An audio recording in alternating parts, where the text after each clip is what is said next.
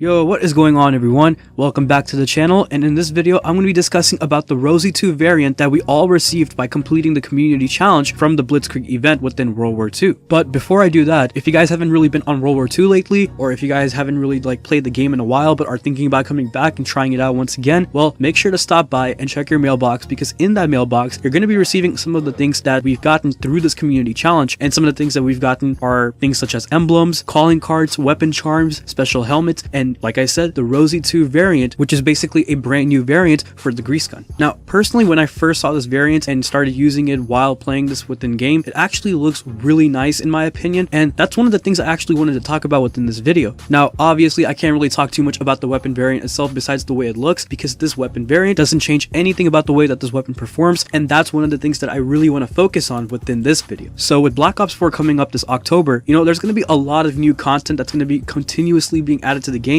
There's going to be a lot of supply drop content, no doubt about that, because supply drops is one of the main things that Activision is making their money off of whenever it comes to the Call of Duty franchise. So one thing I really do hope to see within Black Ops 4, and not just Black Ops 4, but in general whenever it comes to the future of Call of Duty, are weapon variants in the form of cosmetic only. And let me go ahead and emphasize on the part where I said cosmetic only, because if we look at past games such as Advanced Warfare, which also had weapon variants within the game, it did change the weapon's look aesthetically, but the problem was that it also changed its ability, the way it performs. Some of the variants would give you more damage, some of the other variants might give you less recoil, and that basically kind of made it like a pay to win type of game, in a way where if somebody paid for supply drops, paid with real money to earn those supply drops and earn weapons from those supply drops that are stat changing and that can actually affect the way a general player would be able to play with that weapon, it became a huge problem. And honestly, whenever it came to Call of Duty World War II, and when we heard that we're going to get weapon variants, we were all hoping that it was going to be cosmetic only, and you know what, that's exactly what it ended up being within this game. Now, the reason why this is such a good thing for a game such as Call of Duty is because whenever players decide to grind towards a weapon variant, or if they earn a weapon variant within the supply drop system, it doesn't affect the way that they play with that weapon, and therefore if someone didn't get that weapon variant or missed out on the chance of earning that weapon variant, it really doesn't hurt them in the long run that much. And I know whatever I'm just saying right now is pretty obvious, but the thing is, we tend to forget that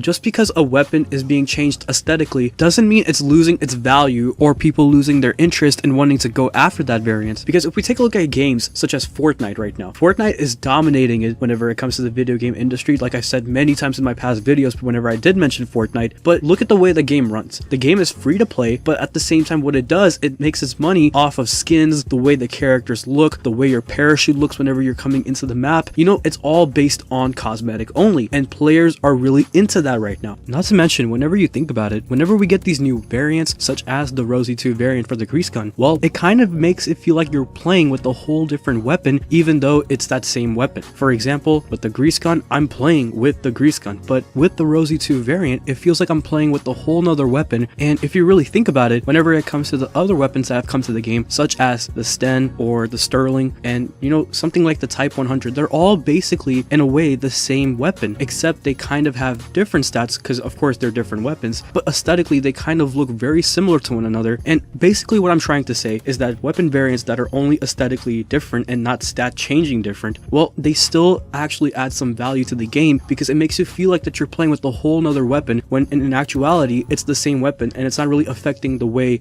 everyone plays the game. So whenever it comes to Call of Duty, I hope that they continue to go down the path of weapon variants that only change aesthetically, that don't really change the stats, and that it gives the players kind of an incentive to want to go after it because of the way that it looks. Maybe it might look more pleasing than the regular base weapon does, but the point is that if you want to go for the weapon variants, you can go ahead and do so. And if you decide not to really go after these weapon variants, or spend your armory credits or any form of currency within any future Call of Duty games to decide to do something similar to the system here in World War II, you're not really losing much. And that's the main thing that I can only keep emphasizing within this video, is that whenever you have weapon variants or any sort of loot items that are cosmetic only, the people who get it, guess what, now you have more stuff to use towards customization and the way your loadout looks. But if you don't get it, you're perfectly fine. And that's pretty much all I can say whenever it comes to weapon variants or anything that's based on the idea of cosmetic only or cosmetics or anything down the line. So yeah, basically that's all I can really say. I hope that Call of Duty continues to move down this direction, and yeah, we'll see what the future holds. But anyways, back to this variant. This variant is really cool in my opinion, the way it looks, and if you guys haven't picked it up from your mailbox yet, I highly recommend you do so. And just just kind of go ahead and give the grease gun another chance. I know that a lot of people really don't use this weapon as their first choice whenever it comes to the submachine guns within this game, but I do recommend trying the grease gun, you know, especially with this variant, because with all the updates that these weapons have gone through, I can't really tell you if it's gotten a buff recently or a nerf, but it is a pretty solid weapon, and I do recommend, you know, going ahead and using this within your loadouts. And to go ahead and close off this video, I really do hope that Sledgehammers decides to add more community challenges like they did with the Rosie II variant within the Blitzkrieg event, because it does add another, you know, type of like award for us players to go after in a way, and that, you know, it feels satisfying to be able to continuously get these challenges done and be able to get awarded for them. But anyways, you guys,